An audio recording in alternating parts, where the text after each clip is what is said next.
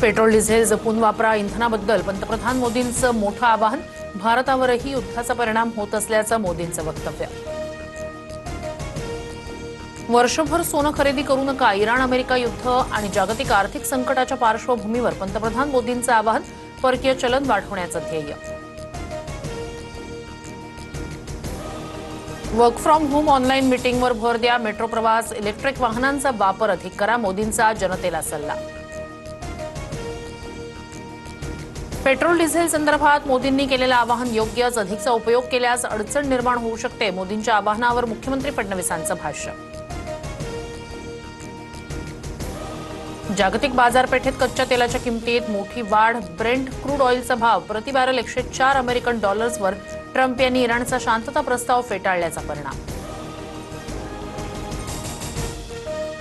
अत्याचारी भोंदू खरात प्रकरणी रुपाली चाकणकर यांची 4 तास चौकशी. नाशिकमध्ये एसआयटी समोर जबाब नोंदवला. खरात आणि संबंधित संस्थांबाबत चाकणकरांना 8 मोठे प्रश्न. दरम्यान सर्व प्रश्नांची समर्पक उत्तरं दिली. चाकणकरांची प्रतिक्रिया.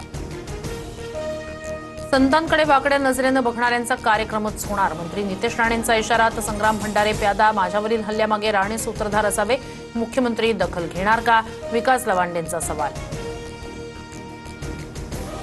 अकोल्याच्या सावर गावातील अत्याचार प्रकरणी उपमुख्यमंत्री शिंदे यांचा पीडित कुटुंबियांसोबत फोनद्वारे संवाद. कुटुंबाला 1 लाख रुपयांची आर्थिक मदत जाहीर. खटला फास्ट ट्रॅक कोर्टात चालवण्यासह आरोपीला कठोर शिक्षा देण्याची कुटुंबियांची मागणी. काँग्रेस परजीवी पक्ष, सत्तालोभी काँग्रेसनं पहिल्याच संधीत द्रमुकच्या पाठीत खंजीर खुपसला. तामिळनाडूमध्ये सत्ता स्थापन होताच पंतप्रधान मोदींची टीका. गुणरत्न सदावर्ते यांच्या गाडीवर शाईफेक प्रकरणी मनसैनिकांवर गुन्हा दाखल. मनसेचे जालना शहराध्यक्ष राहुल रत्नपारखे यांच्यासह 3 गुन्हा. सदावर्तेंच्या गाडीवर शाईसह सुपारी फेक करण्यात आली होती.